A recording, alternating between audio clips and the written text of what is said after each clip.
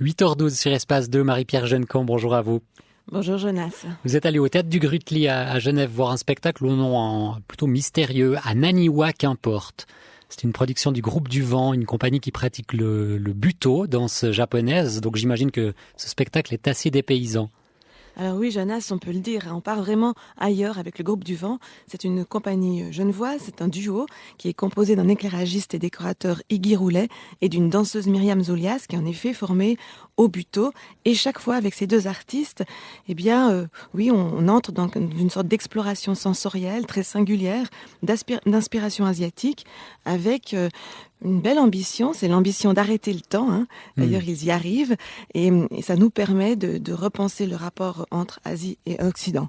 Donc c'est chaque fois comme une bulle, comme une parenthèse qui nous donne la chance et l'opportunité de nous rencontrer, de nous ressaisir de nous-mêmes. Et ça nous permet d'aller un peu plus loin dans une sorte d'éveil personnel. Et tout cela se déroule sans obligation, toujours sur le mode de l'invitation. Je dirais que c'est comme une invitation à respirer. Et vous pouvez nous rappeler ce qu'est le buto, Marie-Pierre ? Alors oui, le buto est une danse plutôt violente par contre. Hein. C'est une danse qui a été inventée après la bombe atomique au Japon, une danse de la résistance. Et c'est en fait, une gestuelle qui raconte la monstruosité de cette explosion. Alors elle s'exprime soit par des contorsions, par des tremblements, par des expressions de visage assez grimaçants, des mouvements qui sont à la fois lents mais violents parce que c'est une forme d'agressivité contenue. Et donc, voilà, c'est une danse puissante. D'ailleurs, elle vient assez du sol, comme ça, de la terre. Et souvent, les mouvements sont ramassés vers le plancher. On a affaire à des positions accroupies, assises, des positions de repli. Oui, c'est une danse assez puissante et assez prenante. Et forcément, ce spectacle, à Naniwa qu'importe, intègre des séquences de buto. Oui, en fait, on peut dire que Myriam Zoulias danse toujours le buto, mais disons que dans toute la première partie, c'est plutôt une déambulation. C'est un spectacle sur l'errance, donc on a plutôt des moments de marche assez lents. Et puis, c'est dans la seconde partie qu'on a ces moments plus expressifs de contorsion. Et d'ailleurs, le buto est d'autant plus convoqué ici qu'il est aussi question de catastrophe nucléaire.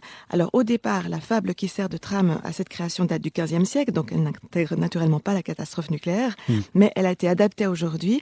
La fable raconte l'histoire d'un fils qui est renié par son père, qui perd la vue à cause des pleurs qu'il verse suite à ce rejet et qui devient moine errant.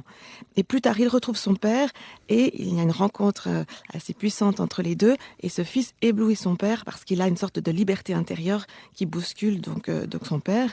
Et dans la version du XVe siècle, le père renie son fils sur la base de rumeurs malveillantes, telles que le raconte la fable.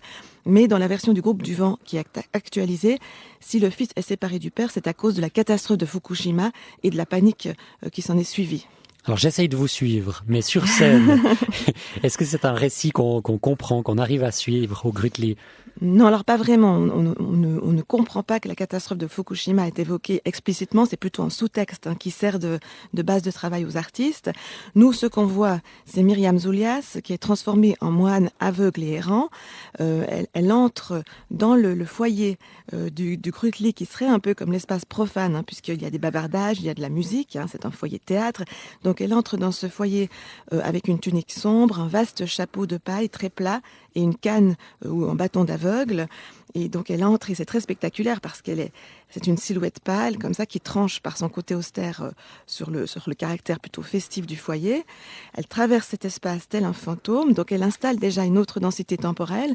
Et puis dans un second temps, elle pénètre dans l'espace qu'on pourrait dire sacré, c'est-à-dire dans la grande salle du Grutli qui est quasi dénudée et c'est vraiment un très grand espace. Et là commence le récit qui inclut des séquences plus dansées. On voit par exemple des tournoiements sur elle-même, comme un peu une danse hypnotique. Elle marche à un moment donné avec les pieds très rentrés. On voit aussi des reptations, des gestes de main en avant comme une imploration. Donc là, on est vraiment dans la monstruosité buto. Et le tout se déroule sur un rythme très lent. Et surtout dans les très belles lumières d'Iggy Roulet qui font comme des filaments au sol, comme une arborescence. À lire comme un spectacle très méditatif, très intérieur, si je comprends bien. Oui, tout à fait. Il y a une violence, mais en effet, elle est intérieure, d'autant que durant toute cette création, durant tout ce spectacle, on aperçoit aussi un moine occidental qui est formé au zen coréen et qui déambule de porte en porte, parce que le Grutli est scandé par des portes. Donc on le voit apparaître et disparaître dans les portes en lançant au-dessus de sa tête une balle, comme ça, qui, de façon très métronomique et très maîtrisée. Donc on est vraiment dans la répétition méditative. Au niveau du son, on entend des grognements un peu sourds, comme ça, qui renforcent encore la sensation de méditation. Et en même temps, c'est un spectacle aussi très frais parce que c'est une voix d'enfant qui raconte la fable de Naniwa. Et du coup, on est aussi dans quelque chose de plus léger, de plus joyeux et peut-être de bienveillant, comme ça, de plus proche de nous. Et le public, vous êtes comment? Vous êtes assis, vous êtes debout, vous avez parlé d'un espace sacré. Comment se situent les spectateurs à l'intérieur de cet espace sacré?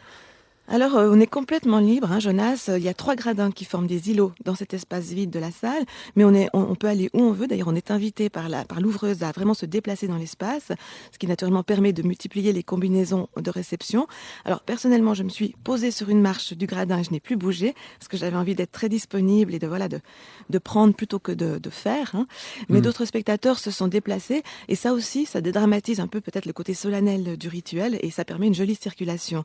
Alors vraiment, Jonas, je crois qu'il faut insister, toutes les propositions du groupe du vent sont singulières, sont à la fois puissantes, mais aussi très délicates, très sensibles.